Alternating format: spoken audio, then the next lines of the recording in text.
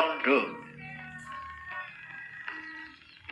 Tuhu punika gumlaring negari Ngalengka Diraja. Ya negari Sri Langkapura. Ingkang sampun kaunang-unang. Negara kang sugih Rajabrana. Sugih negara boten saking wulu wetune negara. Ananging saking angkara murkane Sang Sri Naranata. Laksinata ingkang renggani Damar Agung ing negari Ngalengka Diraja. Tuhu menika raja muda ingkang wengis bengis kejem mentala ing sesama ingkang ajejuluk Prabu Dasamuka Dasawadana ya sang Rahwana Raja.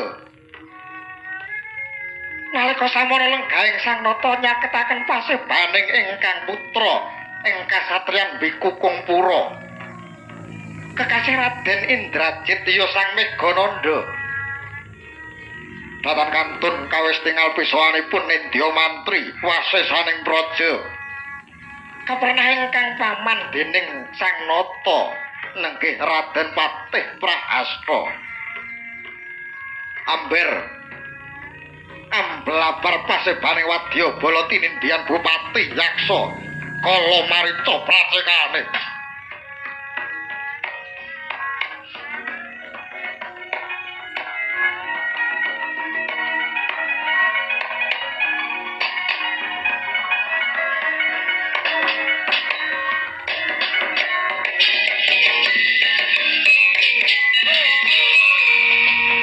Si pengung norang lakewa sang sayarta denira kacar riwes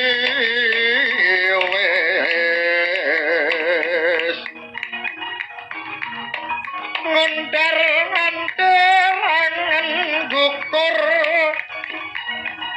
sulahen ora kaprah saya elok alongko longkanangipun siwasis wastita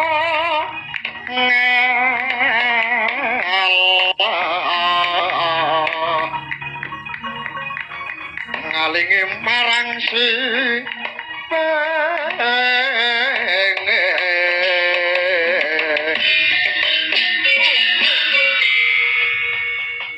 hantet telang kala ludra reca manik sejatine alam kang tinuding jagat ya pandhaku ya ngamalku dhewe putraku wong bagus kang jentara Rajit kawula not wonten dawuh pangandika ingkang dawuh Kanjeng Rama kamijing kang putra ing kasatriyan Bikukungpura timbang sasat ngendi ana ratu cilik madani gedhe ngungkuli marang panguwasane Prabu Dasamuka Jit. Aduh Kanjeng Rama nadyan langit ginulung jagat kinelun yaktos boten wonten ingkang saged nyameni pangawas paduka Kanjeng Rama Dewaji. Dasar sekti mandraguna sarta luhur wibawa nalendra pundi ingkang boten kedher dadanipun menawi mireng asma paduka Kanjeng Rama. Sampun kathah negari ingkang paduka teluaken. Kalebet negari Lokabala negarinipun ingkang raka Prabu Danapati sampun bedah. Prabu Danapati gugur ing madyaning palagan. Malah kepara paduka sampun ngluruki kayanganipun Sang Hyang Siwah punika mracinani menawi pangawas paduka menika sampun memunjuli Kanjeng Rama. Wonten dawuh Kanjeng Rama, kowe bener ning durung bener. Rajit, Nur. Kowe bener ning durung bener. Liripun kados pundi Kanjeng Rama Dewaji? Isih ana negara Adidaya, negara adikuwasa kang dadi kiblating wong sak jagat raya iki. Negara mau kang dipandhegani kelawan ratu kang kejem, serakah akah ngentawa puwa-puwa ing saklumeng jagat bumi iki, Jin. Negaripun dimiwah sinten ratunipun Kanjeng Rama? Negara Maspati, ratune Sri Arjuna Sasrabau. Dasaripun paduka paring dawuh mekaten menawi negari Maspati punika negari ingkang adikuwasa, ratunipun mengis kalian kejem menika menapa Kanjeng Rama? Bodhomu kok ora mudak-mudak sih. Coba gagasan, coba pikiran lan coba hitungan. Ngendi ana ing jagat iki ana negara kang duwe 300.000 negara. Gledah ana wiwit saka jagat wetan tumukeng jagat kulon. Sing ana lagi negara Maspati. Kepara aku wiwit Subriya, anane Sri Arjuna Sasrabau bendung pangawan kanggo iki mau. Mungkin Narya jalaran anggone kepengin bakal gawe srana miwiti memungsuhan kelawan panjenengan ingsun, Jin. Awit apa? Bengawan gangga kang dibendung dening Sri Arjuna Sasrabau iki banyune mili marang negara Ngalengka. Kang iku minangka dadi tuk sumber panguripane wong negara Ngalengka. Suwening suwe banyu kang miling laladan negara mau mesti asat. Yen banyune wis asat wong Ngalengka ora bisa tetanen, ora bisa dagang layar, sumber banyune ilang. Urung tan murung bakal mutar kaluwen wong Ngalengka kabeh. Cip. Aku ora kepengin negaraku dadi mlarat, aku ora kepengin kawulaku kaliren satemah mati garing. Mula marga siji sisine yang bakal tak tindake ora ana liya, kejaba ibarake gendera perang. Sapa kang tak perangi? Raja Srakah kang wis ndarak perkara kelawan Prabu Dasamuka, yaiku Sri Arjuna Sasrabau. Perang! Tidem jroning pananggilan arsa.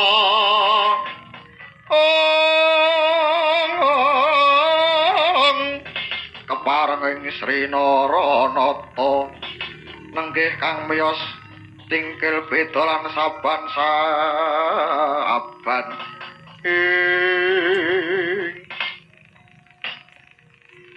Nun amit nyuwun sewu. Aduh ger, kula aturi sareh sawetawis. Kula aturi menggalih ingkang kanthi wending. Kula aturi ngitung-ngitung rumiyin. Punapa ingkang nembe paduka dawuhaken kala wau ger. Piye Paman Patih Prahasta? Boten kok ateges kula menika badhe ngengetaken bot-botipun Prabu Dasamuka punika boten. Nanging mugi paduka anak angger keparengaken menggalih Sri Arjuna Sasrabau menika sinten nggih. Kedahi punika ratuning para ratu kang pawahe ratu sewu negari. Kontanging pawarta Sri Arjuna Sasrabau menika minangka sasananipun Sang Hyang Suman. Mila boten nami mokal bilih negara saha ratu sewu negari sami teluk saha ngayom sak ngantaping pepadanipun Sri Arjuna Sasrabau. Awit sami-sami pitados dhateng pangayomanipun Sang Hyang Wisnu nggih. Mila mumpung dereng kalajeng-lajeng lekas paduka damar mancung kula aturi nyupet dugi semanten nggih. Sasmitaning wong urip puniki yakti emoh yen ora weruha tan jumeneng ing arsa nyuwun sewu Gusti Wati. Pangandika paduka menika ketingalipun ngentengaken bot-botipun Gusti kula ingkang sinuwun. Menawi nitik saking pangandikane panjenengan ketingal menawi pepatih Ngalengka punika jebul jirih getih wedi mati. Ratune duwe gegayan mulya kok malah dielingke. Kula aturi paring pirsa Gusti Patih, Menawi ingkang sinuwun kepareng gencak perang dhateng Mas Pati, kula jagaken mesti menangi. Awit nata ngalengka menika mboten saged pralaya menawi mboten saking kersanipun piyambak. Cukup. Dereng cekap menawa kowe sing kudu menang. Kagatri sang kapirangu rinangkul kinempit kempit dosang retnaning bawana ing sapa kang ora sarujuk lawan lekasih basa muka bisa ninggalake pasewakan iki. Wong ala ibarate wong langi sinambi ngombe banyu. Siji gawe loro gawe ganteng bojone Sri Arjuna Sasra Dewi Citrawati konsang titise Dewi Dewati katresnanku daya telahan. Mula sisan gaweyan ingsun bisa nelake Mas Pati Arjuna Sasra wis mutar ratu sewu negara dadi rekrehanku. Citrawati gelem ora gelem dadi prameswari Ngalengka. Sing luwih baku bendungan tak jebol. Yen perlu banyu saka bengan kanggo kabeh milih marang negara Ngalengka kanggo nguripi Wadyapala negara Ngalengka.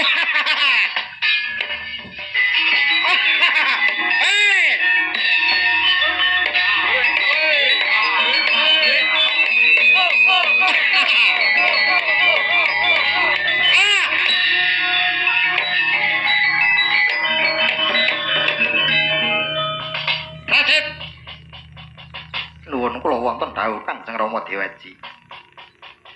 Bubarna pasewakan metuwon coba undang Wadyapala kinenderake tindak ingsun medhah negara Ngalengka. Lho nggih namung estoaken dawuh Kanjeng Rama Dewaji. Sang Patisi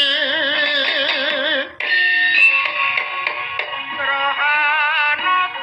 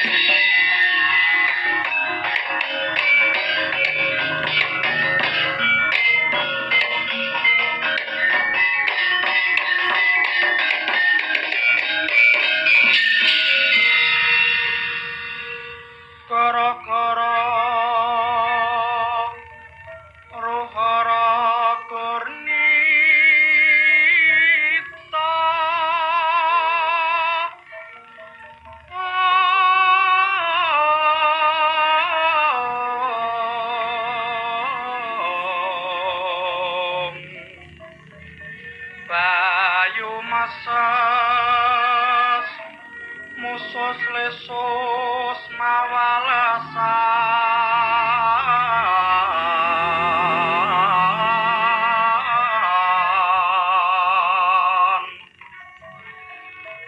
harta mulahna cacar bumi polo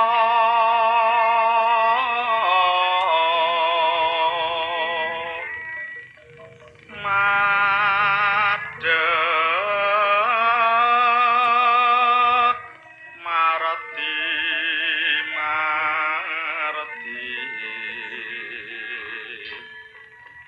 martapa pisarati pengrat